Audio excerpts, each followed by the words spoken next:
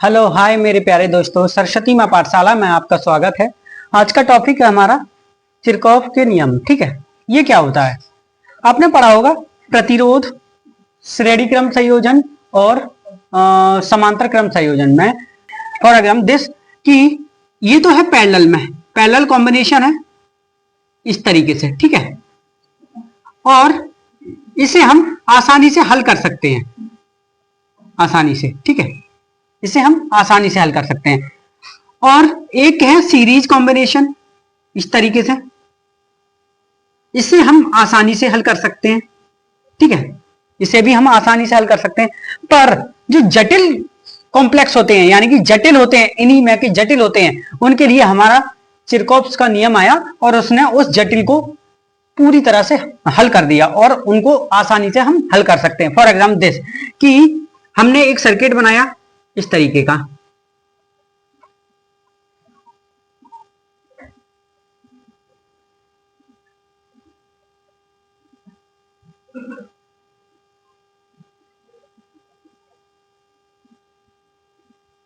ये हमारा। ठीक है, और इसके बीच में एक प्रतिरोध और लग गया। ठीक है, और ये पॉइंट ए है हमारा और ये पॉइंट बी है। ना तो इसे आप पैरेलल कह सकते हैं, ना ही श्रेणी कह सकते हैं। ठीक है, किसी तरीके से हम किसी में भी इसे हल नहीं कर सकते। मान लीजिए कि इधर से चलेंगे तो यहां ये रुकावट है, फिर ये हो गया। इधर से चलेंगे, इधर आएंगे तो ये रह गया। इधर से चलेंगे, यहां आ गए तो ये हमारा एक श्रेणी क्रम में बन रहा है। इधर से चलेंगे, ये आ गए तो हमारा ये श्रेणी क्रम में बन रहा है, पर ये बीच में आ रहा है। ठीक है, इसके लिए हमारा एक किरचॉफ का नियम आता है, के बारे में लिख लेते हैं कि देखिए, जटिल परिपथों को जटिल परिपथों को हल करने के लिए हल करने के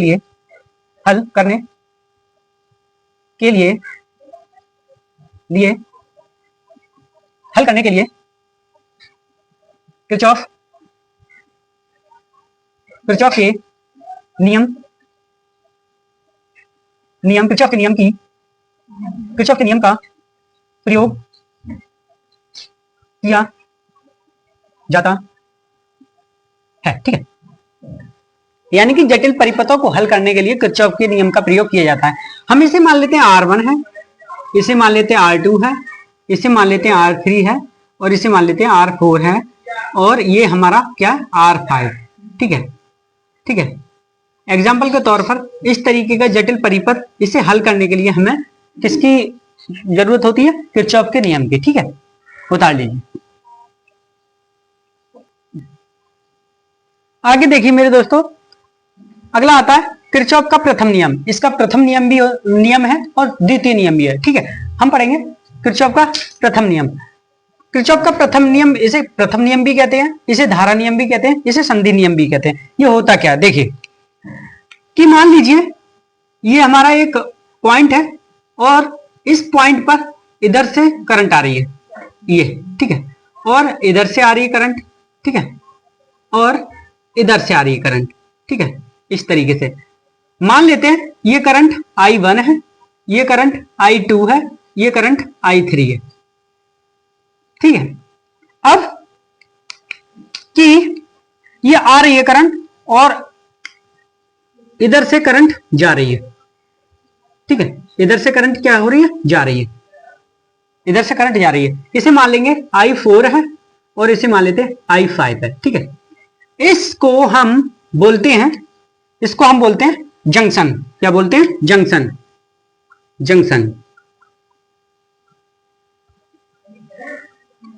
ठीक है, यानी कि संधि।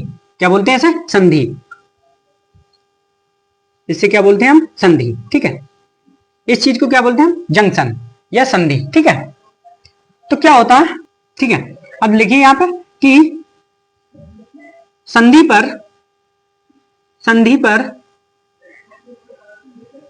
पर आने वाली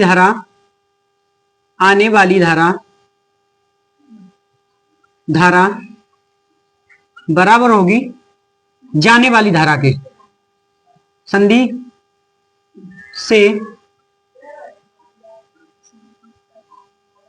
से जाने वाली धारा,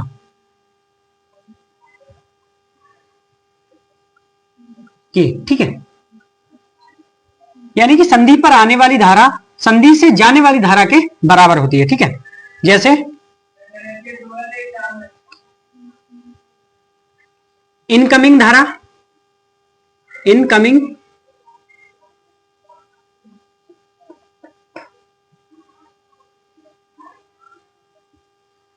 धारा और आउटगोइंग धारा,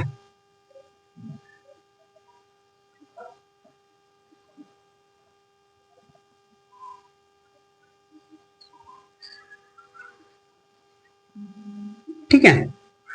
मान लेते हैं कि हमारी आ कितनी रही है, I1 plus I2 plus I3, ठीक है।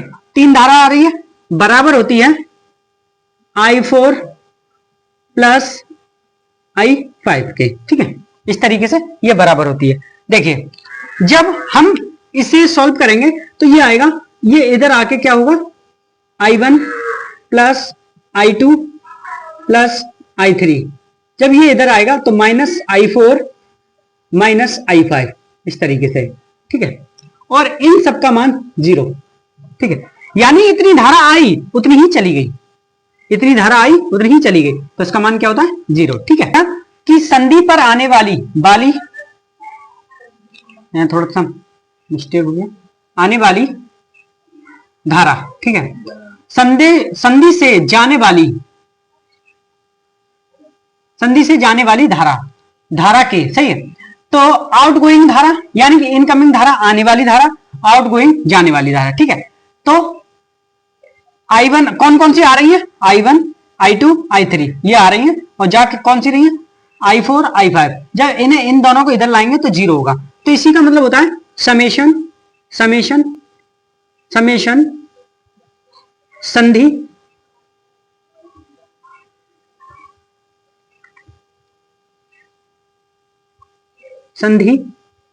I, ठीक है, बराबर होता है 0।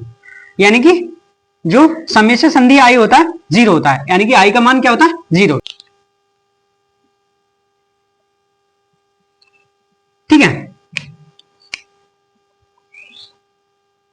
I यहां लगे, ठीक है। तो इसका मतलब क्या हुआ कि यह नियम आवेश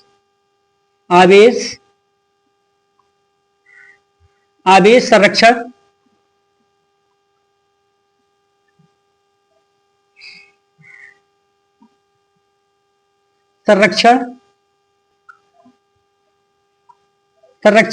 पर आधारित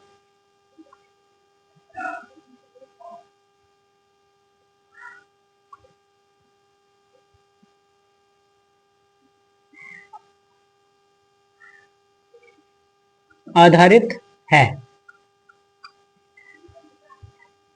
ठीक है। अब थोड़ा सा इसके बारे में लिख लें। हमने देखा कि जो आने वाली धारा है और जाने वाली धारा के बराबर होती है, ठीक है। और हमने समेशन संधि मतलब I 0 बराबर होता है, यह नियम आवेश संरक्षण पर आधारित होता है, ठीक है। हमने लिखा किसी विद्युत परिपथ में किसी भी बिंदु या संधि पर पाए जाने वाले धाराओं का बीजगणितीय योग शून्य होता है। क्या होता है, शून्य होता है, ठीक है। समझ में आ चुका होगा,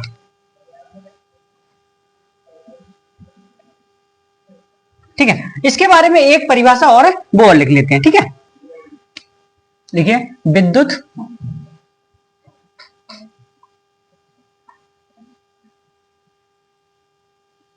विद्युत परिपथ में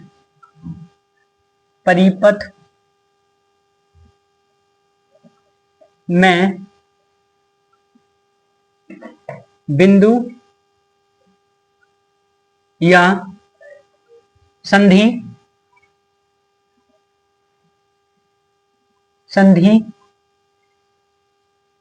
पर आने वाली धाराओं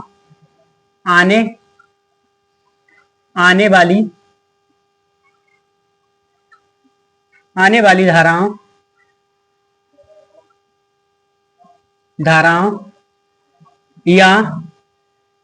या जाने वाली धाराओं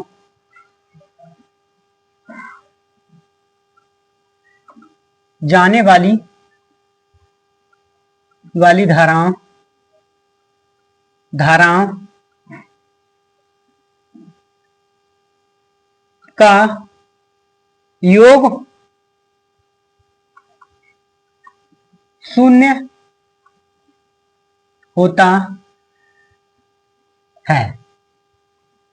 ठीक है, यानी कि विद्युत परिपथ में बिंदु या संधि पर आने वाली धाराओं या जाने वाली धाराओं का योग शून्य होता है। ठीक है, आपको दोनों परिभाषा अच्छे से आपको समझ में आ चुकी होंगी। ठीक है, उतार लीजिए।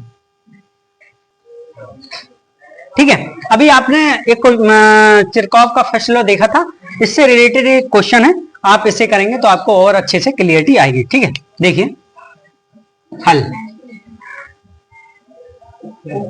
हमने समेशन आई इनकमिंग, यानी कि जो आने वाली करंट है इनकमिंग, बराबर होती है समेशन आई आउटगोइंग करंट के। ठीक है, जाने वाली करंट के। ठीक है, बराबर होती है। सही है, तो क्या हुआ, करंट आ कितनी रही है 5 एम्पियर। ठीक है, और आ रही है 15 एम्पियर। ठीक है, जा कितनी रही है बराबर आई प्लस 2 एम्पियर प्लस 3 एम्पियर। सही, इस तरीके से जा रही है। अब क्या हुआ, 5 और 15 कितने हुए 20 एम्पियर। सही है, यहां आई 2 और 3 5 एम्पियर। सही, यहां 5 है, इधर ले गए तो ये क्या हुआ 20 माइनस 5। ठीक है, आई। सही, अब 20 में से 5 गए तो कितने बचे आई बराबर 15 एम्पियर। तो हमारा जो आई कितना है 15, यानी कि 15 एम्पियर इस आई से करंट जा रही है। कितनी जा रही है 15 एम्पियर, क्योंकि इस 5 से जा रही है। क्या कहा था उसने कि इतनी जाती है उतनी ही आती है, दोनों बराबर होती है, आउटगोइंग और इनकमिंग दोनों के बराबर होती है, और इनका सबका योग शून्य होता है। ठीक है, इस क्वेश्चन से आपको और अच्छे से क्लैरिटी आ चुकी होगी। उतार लीजिए। ठीक है, अब अभी आपने मेरे दोस्तों चिरकॉफ्स का फर्स्ट लॉ पढ़ा था, यानी कि प्रथम नियम पढ़ा था। अब आप पढ़ेंगे चिरकॉफ्स का द्वितीय नियम। ठीक है, इसे हम विभव नियम भी कहते हैं। ठीक है, इसे अंग्रेजी में चिरकॉफ्स वोल्टेज लॉ भी कहते हैं। ठीक है, अच्छे से समझिए और आपको अच्छे से समझ में आएगा। ठीक, देखिए हमने एक सर्किट लिया। ठीक है, और इस सर्किट पर एक सेल लिया, ई सेल। ठीक है, और यहां ये आर प्रतिरोध है। ठीक है, ये हमारा ई सेल है, और इसमें से करंट आई प्रवाहित हो रही है। तो जब हम फॉर्मूला निकालेंगे इसका, तो क्या होगा, ई बराबर आई आर, यही तो होगा। ठीक है, हमने प्रथम नियम में क्या पढ़ा था कि जो आने वाली करंट होती है जाने वाली करंट के दोनों बराबर होती है। ठीक है, एक हिसाब से ई माइनस आई आर बराबर होगा 0 के। ठीक है, ये होगा। ठीक है, समझ में आ गया होगा। इससे भी समझ में नहीं आता है तो दूसरा सर्किट लेते हैं हम। देखिए कि मान लेते हैं एक बड़ा सर्किट लिया और इस तरीके से रखा, हमने इस पे 2 सेल लगाए, 2। ठीक है, यहां ये R1 हुआ, ये R2 हुआ, ये प्रतिरोध एक R1 एक R2, ये E1 हुआ, ये E2 हुआ। ठीक है, यहां करंट क्या जा रही है I। ठीक है, सब में से करंट कितनी जा रही है I, करंट में कोई परिवर्तन नहीं हो रहा है। ठीक है, इस तरीके से।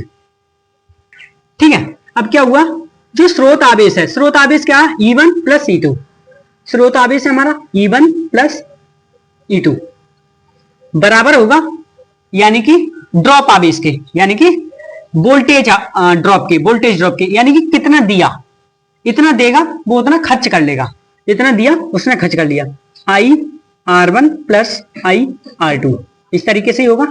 ठीक है, इतना दिया उसने उतना खर्च कर लिया, इसे हम बोलते हैं स्रोत आवेश।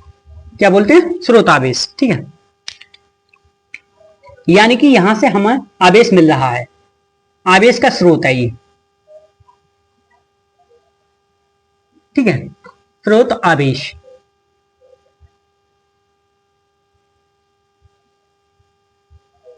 और यहां हमें वोल्टेज मिल रहे हैं,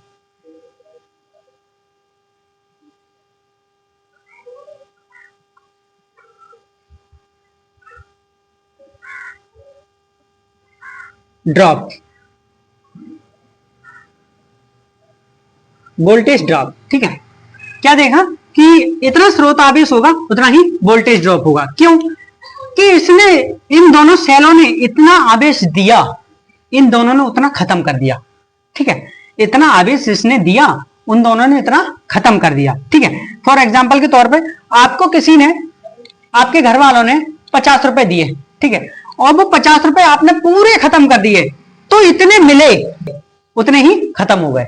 ठीक है, तो इसका मतलब क्या हुआ कि हमें बैटरी से इतना करंट मिला उतना ही खत्म हो गया। ठीक है, इतना स्रोत आवेश मिला उतना ही। ठीक है, ये स्रोत आवेश था। स्रोत आवेश और वोल्टेज ड्रॉप दोनों आपस में बराबर होते हैं। इस तरीके से देखिए नीचे कि मान लेते हैं E cell 1 plus E cell 2, अब ये इधर दोनों आएंगे तो आई R1 प्लस आई R2 बराबर 0 होगा, माइनस होगा, आई R2 बराबर 0। क्यों? क्योंकि इधर ये दोनों आ गए तो ये माइनस में हो गया। ठीक है, अब क्या हुआ, हम लिखेंगे E summation E, summation E plus summation I R. ठीक है, तो इसके ये बराबर होगा। समेशन का मतलब सम करना। ठीक है, समेशन का चिन्ह तो आप जानते होंगे, सम यानी कि सबका सम, इसके ये बराबर होगा। इसे एक तरीके से और लिख सकते हैं कि जब ये इधर आएगा तो summation E minus summation I are बराबर होता है 0।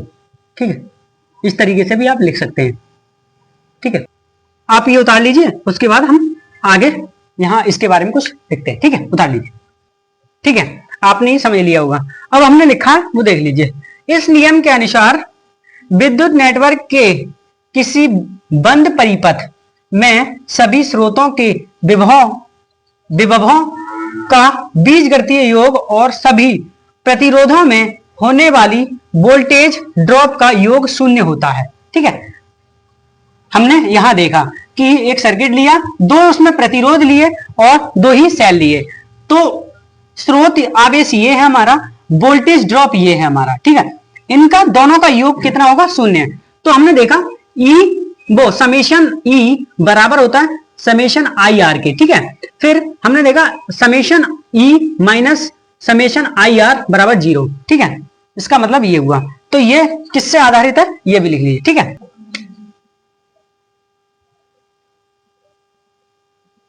ठीक है, लिखिए कि यह नियम ऊर्जा संरक्षण से आधारित है। यह नियम ऊर्जा संरक्षण से आधारित है। ठीक है, यह नियम ऊर्जा संरक्षण से आधारित है। ठीक है, एक नोट और लिख लीजिए इसमें कि नोट लिखिए, यह नियम नियम बंद